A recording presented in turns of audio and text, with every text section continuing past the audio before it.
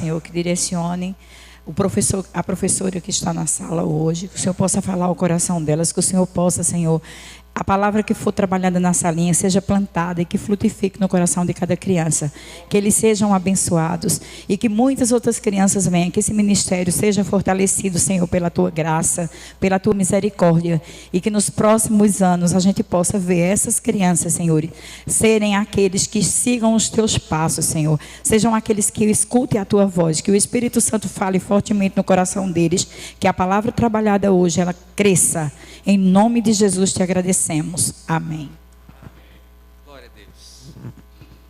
Amém, queridos. Nós também vamos meditar na palavra do Senhor, mas aproveitando que as crianças estão indo, próximo sábado nós temos EBF aqui na igreja, amém? E você vai lembrar aí ao longo da semana, temos os convites aqui na igreja, amém? Os convites estão aqui na igreja. Ao final, não saia sem pegar um convite, né? Tem ali um pirulitozinho, alguma coisa que você vai levar para uma criança, vai chamar para participar da EBF. Em nome do Senhor Jesus. Eu sou muito triste não ter tido, quando eu era criança, a oportunidade de ir na EBF. Hoje eu vejo as EBFs e fico pensando, teria sido tão bom. Daí a Olivia vai viver todas as EBFs que eu não pude viver, né não, papai? Amém? Queridos, vamos meditar na palavra do Senhor agora. É um momento de nós, nos próximos minutos, refletirmos naquilo que o Senhor deseja compartilhar ao nosso coração. Aqueles que têm estado nos últimos cultos sabem que desde o mês passado nós temos falado sobre o fruto do Espírito, a vida do Espírito Santo de Deus na nossa vida. E passamos algumas mensagens falando, né, aquela parte inicial do capítulo 5 de Gálatas e as obras da carne. Hoje nós iniciamos trabalhando o fruto do Espírito, porque estamos no ano de gerar frutos, amém? E dentre os frutos que o Senhor deseja gerar em nós está o fruto do Espírito Santo. E vamos pedir que o Senhor fale conosco nessa noite. Eu peço que você agora coloque sua atenção nesse lugar, você se concentre, né? Mantenha-se atento a que o Senhor vai falar através da sua palavra. Abra sua Bíblia comigo então em Gálatas capítulo 5. Gálatas capítulo 5. No nome do Senhor Jesus. Versículo 22. Vamos ler uma pequena parte desse versículo. Eu quero ler com você nessa noite. Gálatas, capítulo 5, versículo 22. Você achou? Diz um aleluia aí para eu saber. Muito bem. Deve ter gente procurando ainda.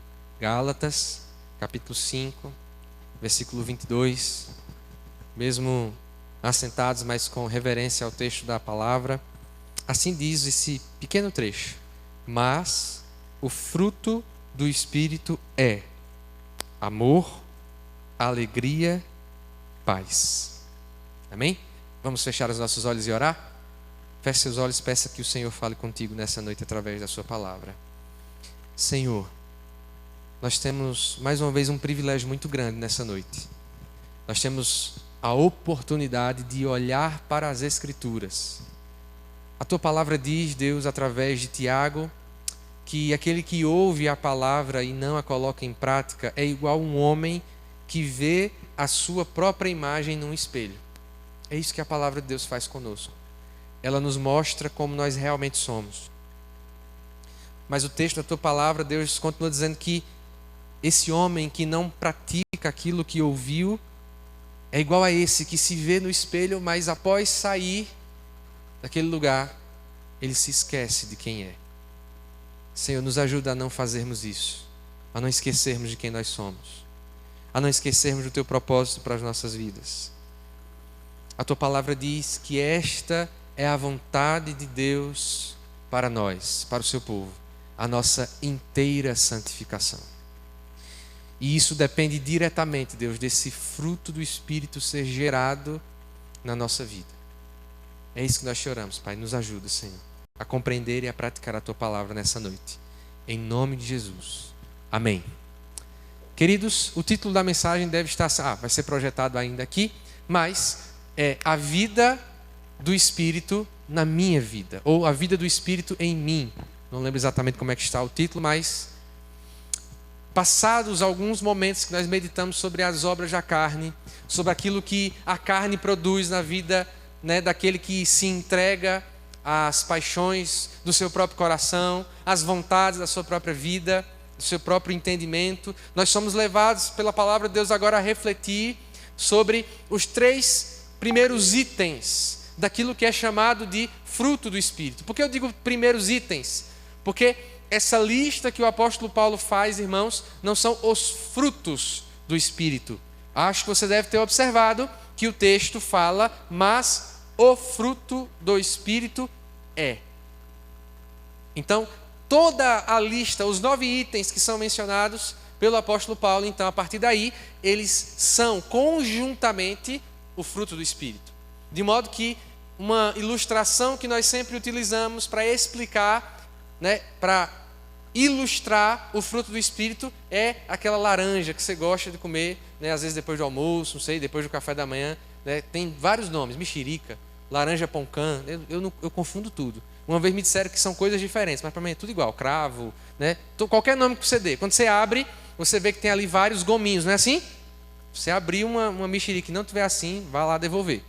E cada gomozinho ali não é uma fruta em particular, mas um item, uma parte do fruto assim acontece com o fruto do Espírito. De modo que um cristão verdadeiro, e eu creio que seja o caso de cada um de nós aqui, amém? Servo, serva do Senhor Jesus, todos aqueles que servem a Cristo, eles têm esse fruto. Mais do que isso, esse fruto é a evidência da obra, do agir, da liderança, do guiar do Espírito na vida de uma pessoa. É a prova de que o Espírito está governando a vida de alguém. Esses dias, e você com certeza já passou, né, por uma situação como essa, eu precisei ir no cartório, né, reconhecer a firma de uma assinatura. Todo mundo já passou por isso aqui já, né? Ou pelo menos a maioria. E ali, enquanto eu fazia esse processo no cartório, eu me lembrei, inclusive, dessa autenticação. A Igreja do Nazareno, ela insiste em afirmar doutrinariamente que a verdadeira prova, a verdadeira marca de que alguém foi batizado com o Espírito Santo de Deus é a presença do caráter do Espírito na vida dessa pessoa. Você deve lembrar que na verdade nas 2 primeiras mensagens dessa série, eu falei algo que eu quero retomar aqui, e que diz respeito a essa questão muito importante para nós e a maneira como nós enxergamos ser cheio do Espírito Santo. Ser cheio do Espírito Santo para muitas pessoas significa pregar, significa que você é um profeta, tem o dom de profecia, significa que você fala em línguas, e aqui eu repito, como sempre digo e afirmo, nós cremos no dom de línguas, conforme orientado pela Escritura. Para muitos, ser cheio do Espírito Santo é aquela pessoa que canta maravilhosamente e que tem um dom realmente extraordinário. Mas, queridos, eu quero repetir aquilo que eu falei no início dessa série. Satanás sabe cantar. Muito bem. Satanás pode profetizar. Mentira, pastor, verdade. Havia uma escrava lá em Filipos, por exemplo, o texto de Atos nos diz isso, que ela falava verdades a respeito de Paulo e dos companheiros dele. Satanás pode pregar uma mensagem melhor do que a minha. Mas, queridos, aqui está uma lista de coisas que Satanás não pode ser. E muitas pessoas, volto a dizer, têm se enganado ao se achegarem na igreja com o que significa ser uma pessoa cheia do Espírito Santo. Essa lista de itens, queridos, o fruto do Espírito não pode ser falsificado. Dons podem ser forjados, habilidades podem ser aprendidas, mas essa lista que o apóstolo Paulo traz, o fruto do Espírito, somente aquele que tem a liderança do Espírito Santo de Deus sobre a sua vida, sobre aquilo que ele fala, sobre os seus relacionamentos, sobre cada área da sua vida. Somente aquele que é liderado do Espírito, liderado pelo Espírito, pode viver essa vida.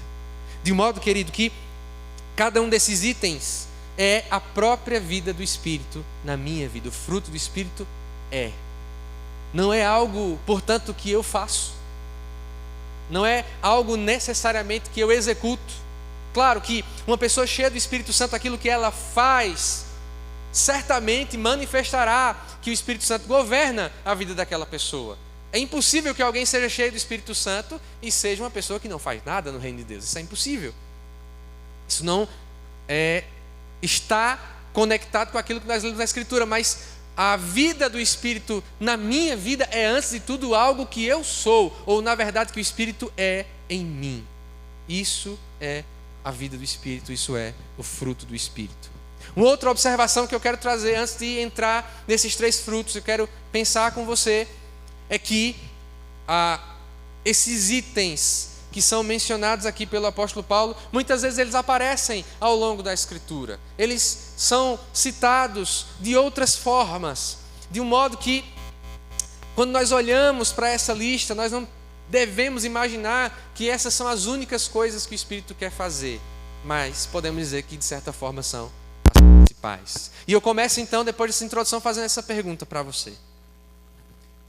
À medida que você vai olhando cada um desses frutos, desses elementos do fruto do Espírito, você vai observando aquilo que o apóstolo Paulo trata. Que você vai entendendo, como nós vamos entender ao longo desse mês, que cada uma dessas coisas se conecta com o nosso relacionamento com o outro.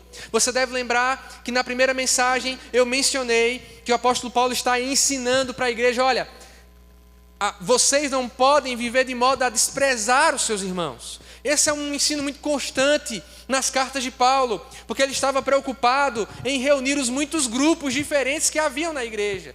Não era um caso apenas da igreja da Galácia, não era um caso apenas das igrejas, né, que nós lemos no Novo Testamento. É uma questão da igreja de todas as épocas. Nós não somos iguais, irmãos. Nós não pensamos da mesma forma. Nós não temos os mesmos hábitos.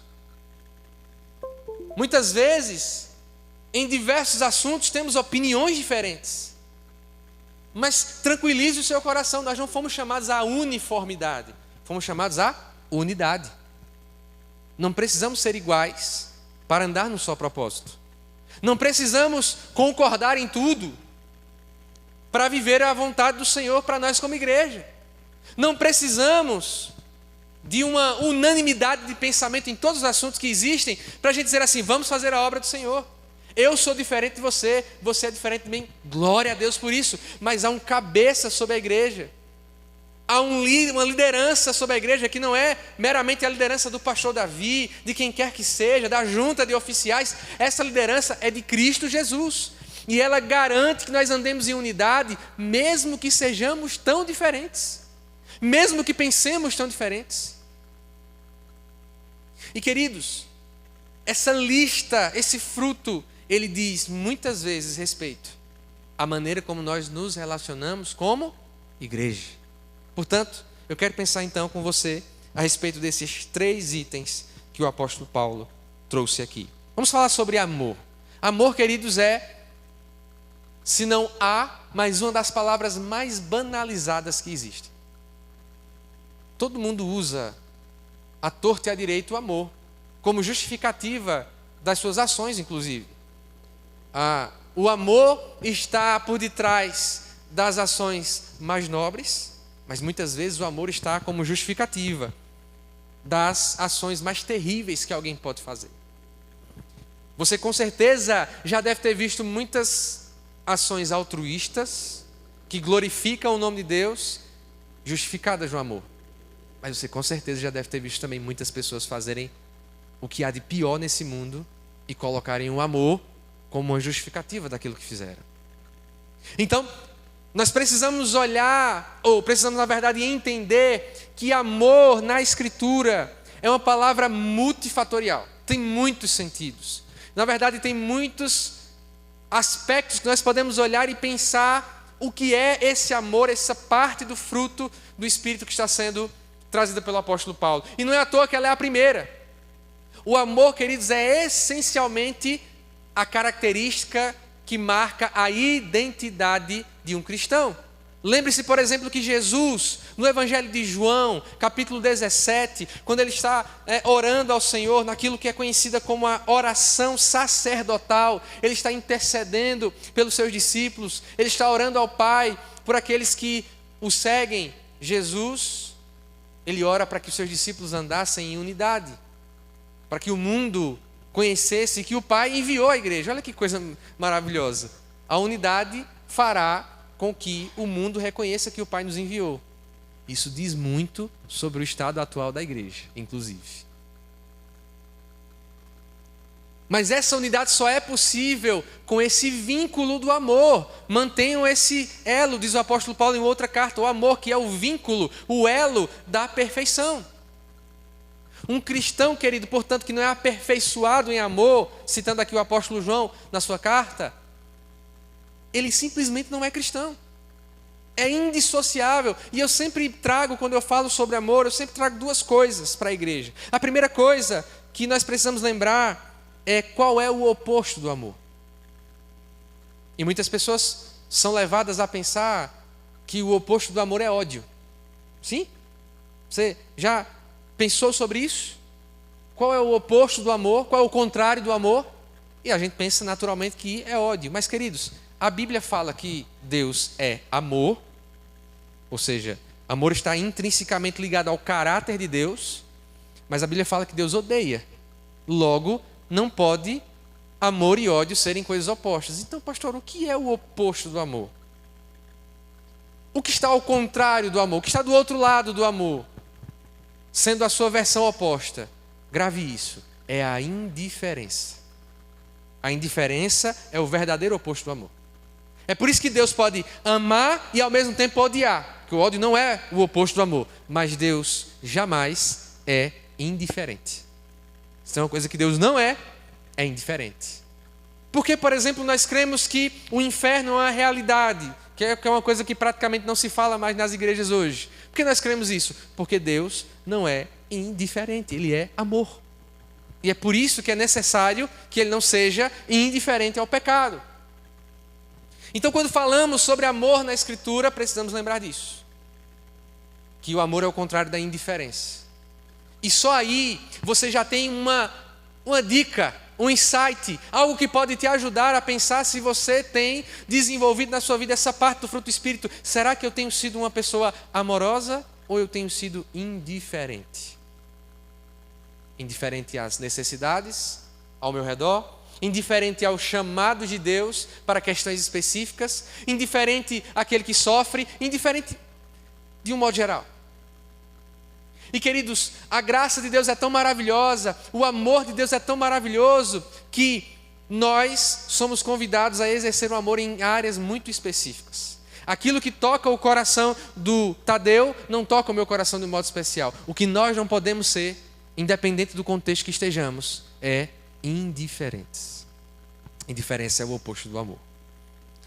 Mas quando nós olhamos ainda para esse valor, nós devemos lembrar também que o amor é o grande mandamento. Você conhece, né, o grande mandamento? Ele foi citado por Jesus, ele foi ensinado por Moisés, ele está ao longo de toda a Escritura.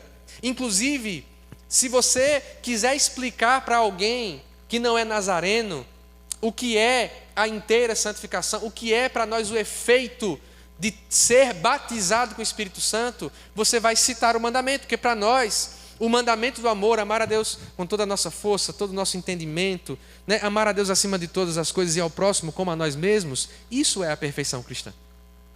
Isso é o coração voltado completamente para fazer a vontade de Deus. É ser uma pessoa verdadeiramente consagrada. Então o amor, ele pode ser visto dessa perspectiva do mandamento. Mas eu quero olhar essa noite para um texto com você. Porque quando nós olhamos para essa lista do fruto do Espírito, alguns estudiosos vão dizer que o amor está em primeiro lugar nessa lista, porque ele é um qualificador das outras características. O que é que isso significa, pastor?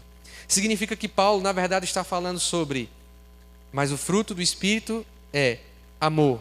Um amor que é alegre, um amor que é pacífico, um amor que é paciente, um amor que é amável, um amor que é bondoso, um amor que é fiel, um amor que é manso, um amor que tem domínio próprio, e contra essas coisas não há lei. Então o amor é o qualificador de todas as outras características. Ele é uma espécie de fundamento para todas essas coisas. Mas para explicar qual o lugar do amor na vida cristã, eu vou recorrer a um texto muito conhecido. Abra comigo em 1 Coríntios capítulo 13.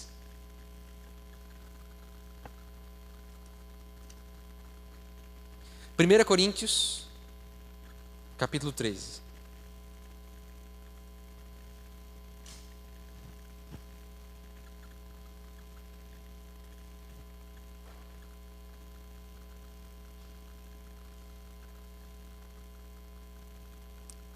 É maravilhoso, irmãos, que 1 Coríntios 13, um texto muito conhecido. Vamos ler, mas eu tenho certeza que você pelo menos já ouviu, nem que seja na música do Renato Russo. Você já ouviu esse texto sobre o amor. Nós queremos ler ele aqui com você, mas eu quero que você deixe de aplicar ele só no ambiente de casamento. Não é assim, pastor Daílson? O povo gosta de citar 1 Coríntios 13 em casamento, né? O pastor é convidado para pregar num casamento, aí ele vai, é um texto recurso de muitos pastores, muitos ministros, na hora de falar sobre casamento. E não é errado falar sobre esse casamento. Mas, queridos, entendendo o contexto que Paulo escreveu isso, 1 Coríntios está entre 13, né? O capítulo 13 está entre o capítulo 12 e o 14. Pastor, que grande novidade você me contou. Mas o capítulo 12 e o 14 falam sobre os dons e a sua atuação na igreja. O que era que estava acontecendo na igreja de Corinto? Pessoas que tinham determinados dons, causando confusão, um certo desentendimento entre irmãos, uma igreja que já tinha problemas na área de divisão do modo geral. E aí o apóstolo Paulo escreve o capítulo 12 e o capítulo 14 para explicar como certos dons funcionam no culto, como eles devem operar. E entre esses dois capítulos, ele fala daquilo que ele chama de o caminho superior. Depois de explicar qual é o lugar dos dons, de explicar que somos um corpo, de explicar o papel do dom de línguas, de explicar o papel, da profecia, nesse sanduíche maravilhoso em que o apóstolo trata sobre os dons, há um capítulo sobre o amor. Então, queridos, esse não é um texto necessariamente sobre casamento, esse não é um texto necessariamente poético. Eu já vi a pessoa dizendo assim, que poesia linda. Queridos, não. São questões práticas que o apóstolo Paulo está tratando, porque são problemas de divisão, de irmãos menosprezando uns aos outros, destratando uns aos outros, e o apóstolo Paulo então fala sobre o amor nesse contexto. Vamos ler? O final do capítulo 12 diz: passo agora a mostrar-lhes um caminho ainda mais excelente. Ainda que eu fale as línguas dos homens e dos anjos, se não tiver amor, serei como sino que ressoa, ou como prato que retine. Ainda que eu tenha o dom de profecia, e saiba todos os mistérios e todo o conhecimento, e tenha uma fé capaz de mover montanhas, se não tiver amor, nada serei. Ainda que eu dê aos pobres tudo o que possuo, e entregue meu corpo para ser queimado, se não tiver amor, nada disso me valerá. O amor é paciente, o amor é bondoso, não inveja, não se vangloria, não se orgulha, não maltrata, não procura seus interesses, não se ira facilmente, não guarda rancor. O amor não se alegra com a injustiça, mas se alegra com a verdade. Tudo sofre, tudo crê, tudo espera, tudo suporta. O amor nunca perece, mas as profecias desaparecerão. As línguas cessarão. O conhecimento passará, pois em parte conhecemos e em parte profetizamos. Quando, porém, vier o que é perfeito, o que é imperfeito desaparecerá. Quando eu era menino, falava como menino, pensava como menino e raciocinava como menino. Quando me tornei homem, deixei para trás as coisas de menino.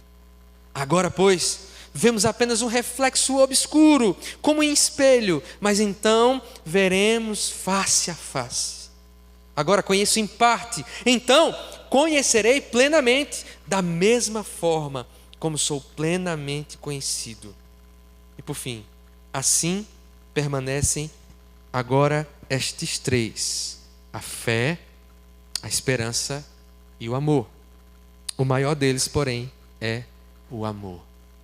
O apóstolo Paulo, querido, ele confronta cada um dos dons que levava a igreja de Corinto a se orgulhar com o amor.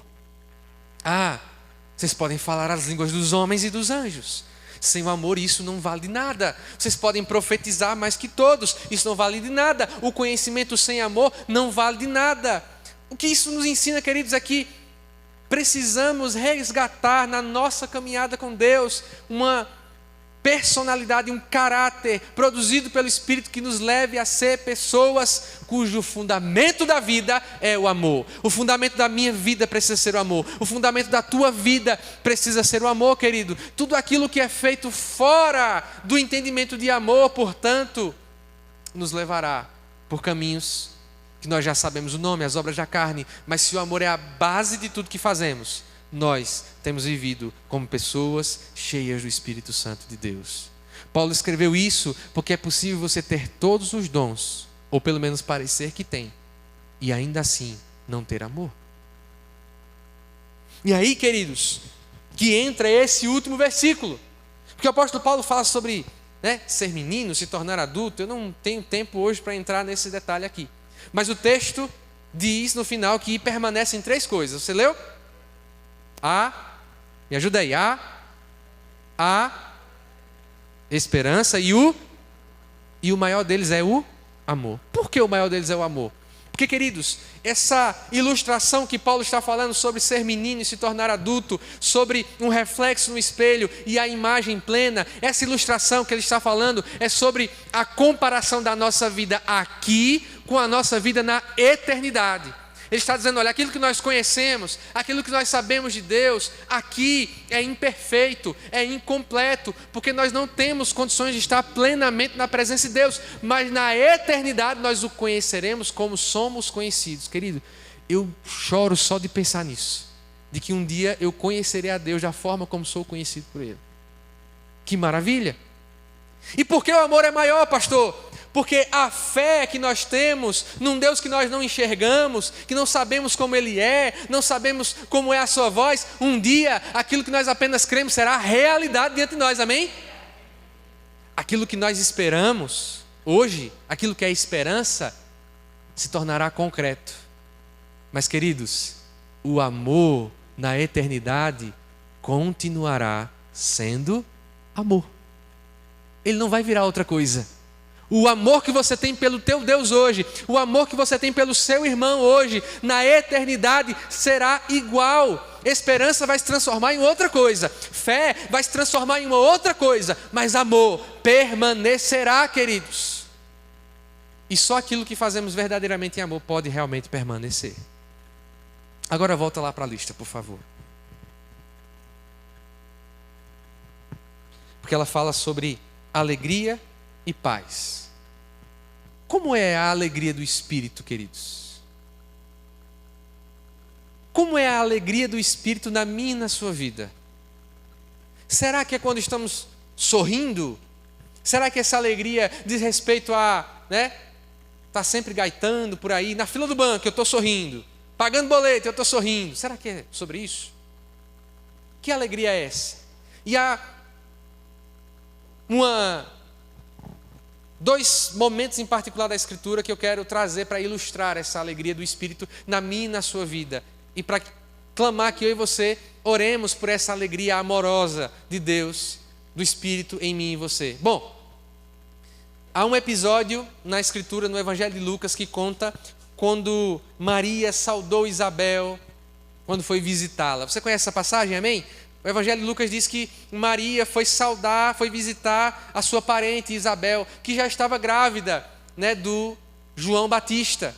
E o texto fala que quando a saudação de Maria chega aos ouvidos de Isabel, a criança que estava no ventre dela se remexeu.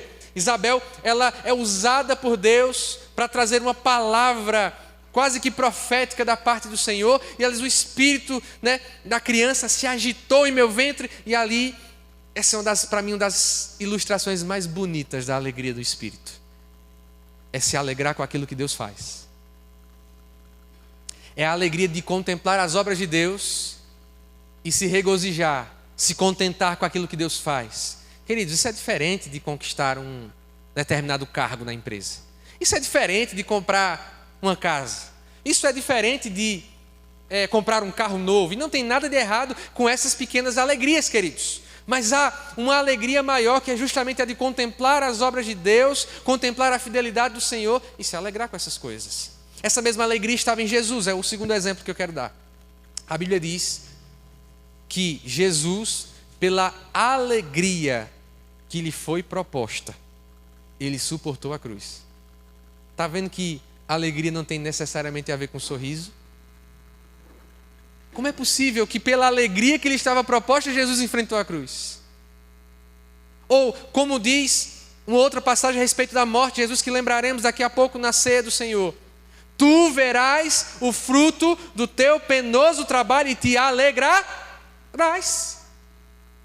Essa é a alegria que é produzida pelo fruto do Espírito.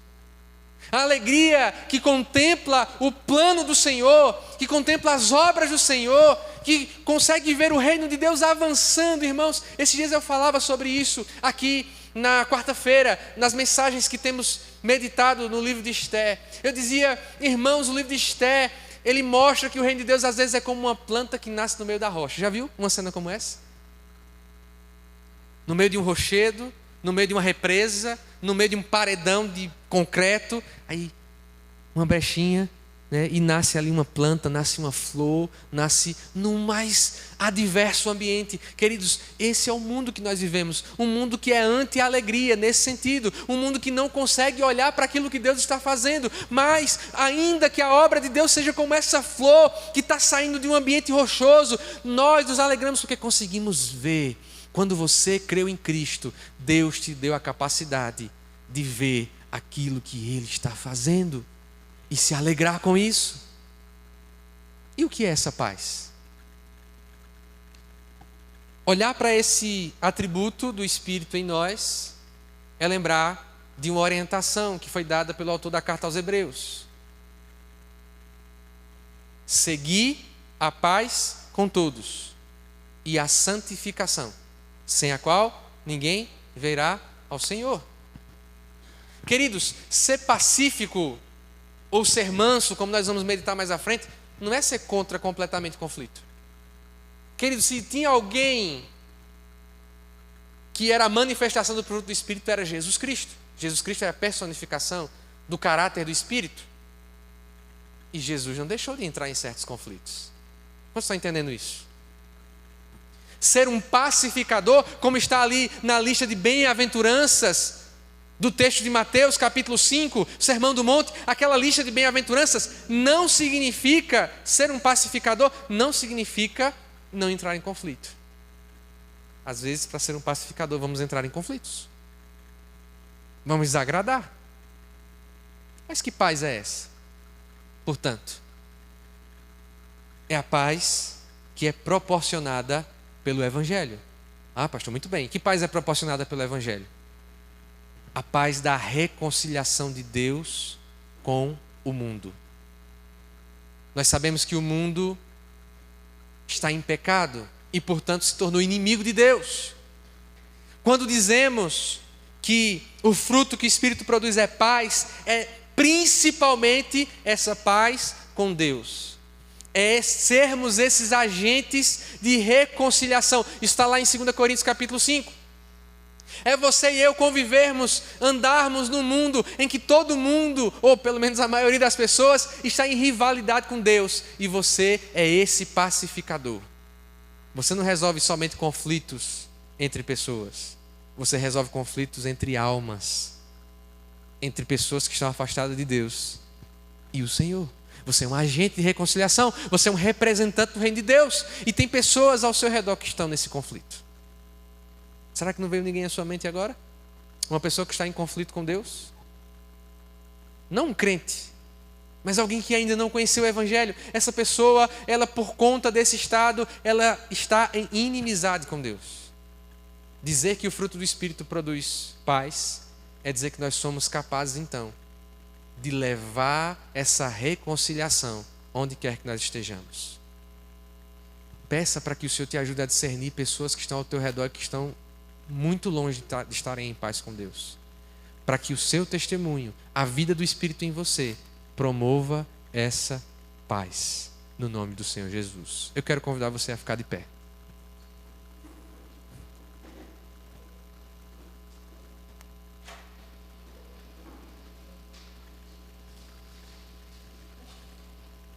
de tudo que nós falamos aqui essa noite, eu quero lembrar você: o Senhor deseja que nós sejamos cheios do Espírito Santo. Mas nós precisamos olhar com muita seriedade para o que significa ser cheio do Espírito Santo.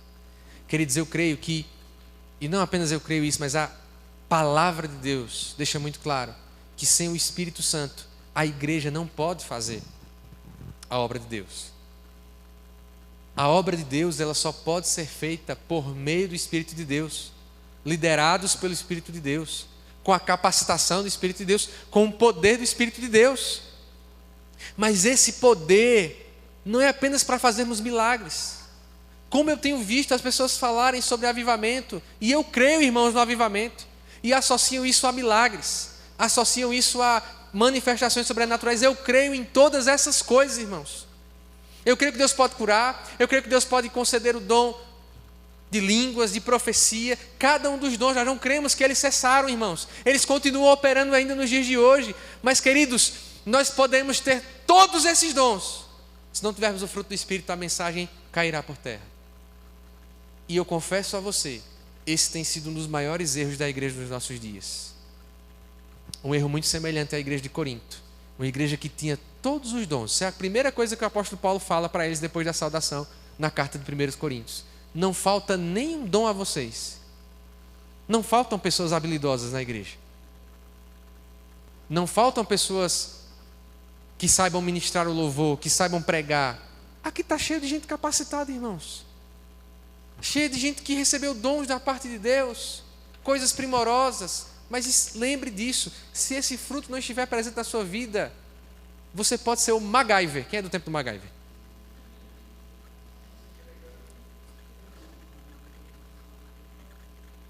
Quantos MacGyvers eu já vi no reino de Deus mancharem o nome do Evangelho. Eu já vi muitos que se diziam assim: esse é o próximo grande nome. Quantos grandes nomes talentosíssimos envergonharam o nome de Cristo.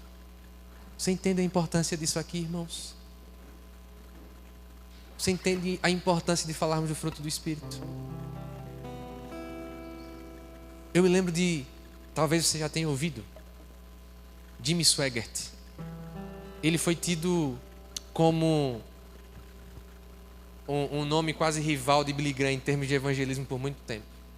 Houve muitas pregações de Jimmy Swaggart, uma referência para muitas pessoas. Mas em algum momento o dom, o talento, a habilidade ficou acima do fruto.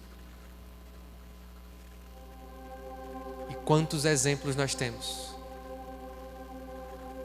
de supervalorização dos talentos e o caráter do Espírito ficando de lado.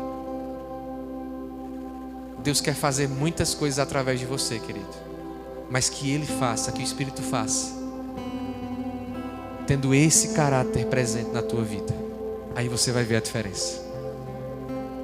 Porque, volto a dizer aqui, pregar, Satanás consegue. Profetizar, Satanás sabe.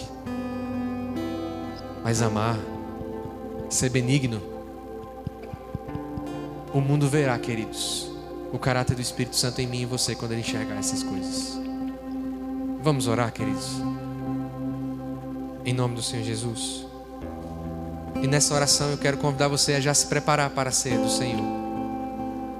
Porque, queridos, falar sobre o Espírito Santo, falar sobre ser cheio do Espírito Santo, é falar da garantia da obra de Cristo por nós. Nós só podemos falar do Espírito Santo porque Cristo foi crucificado, porque Ele sofreu uma grande vergonha em meu e seu favor. E Ele disse isso para os seus discípulos, que enviaria um Consolador. E o Espírito está aqui conosco, queridos. Ele está na minha vida, está na tua vida, porque Cristo cumpriu completamente essa grande obra de amor na cruz do Calvário por mim e por você. O momento que nós nos aproximamos da mesa do Senhor, da ceia do Senhor, é o momento que nós lembramos disso. Então, vamos participar da mesa do Senhor agora. Aqui é um momento, queridos, em que nós comemos o pão, tomamos do fruto da videira, que são símbolos para o corpo e o sangue de Cristo. Qual a orientação da palavra do Senhor para esse momento? Que aqueles que discernem o corpo e o sangue de Cristo, portanto, aqueles que foram salvos, aqueles que tiveram a sua alma resgatada da condenação do inferno, aqueles que nasceram de novo, pertencem a Cristo, são convidados para esse momento. Mas diz a palavra do Senhor também: examine o homem o seu coração, e então ele tome do pão e beba do cálice. E sempre fazemos isso juntos como igreja, um momento de autoexame da nossa vida, um momento de pedir ao Espírito Santo que sonde o nosso coração e que nos perdoe. Essa noite e essa mesa é noite de perdão. Essa mesa é uma mesa de perdão. Então, como sempre fazemos, eu quero chamar a Maíra para nos conduzir nessa oração, orando por nós, pedindo perdão pelas nossas faltas, examinando o nosso coração. E essa é uma oração que sempre orientamos a igreja, se você tem condições, que façamos ela de joelhos, como sinal de dependência, um sinal de humilhação diante do Senhor, de reconhecimento que precisamos dele. Vamos orar em nome do Senhor Jesus. Senhor, nós nos colocamos diante de Ti, Deus, nesta noite, Senhor. Só o Senhor conhece o nosso coração, o Senhor conhece a nossa mente, o Senhor conhece, Pai, como tem sido os nossos dias, os nossos relacionamentos, Pai, aquilo que nos aflige, Senhor. Sonda neste momento, Senhor, o nosso coração, Pai. Nesta noite, Senhor, nós pedimos perdão, Senhor, por tudo aquilo que nós pensamos que não Te agrada, Senhor. Tudo aquilo que nós falamos que não Te agrada. Tudo aquilo que as nossas ações que não Te agradaram, Pai. Os nossos pensamentos. Tudo aquilo, Senhor, da nossa vida que não agrada ao coração.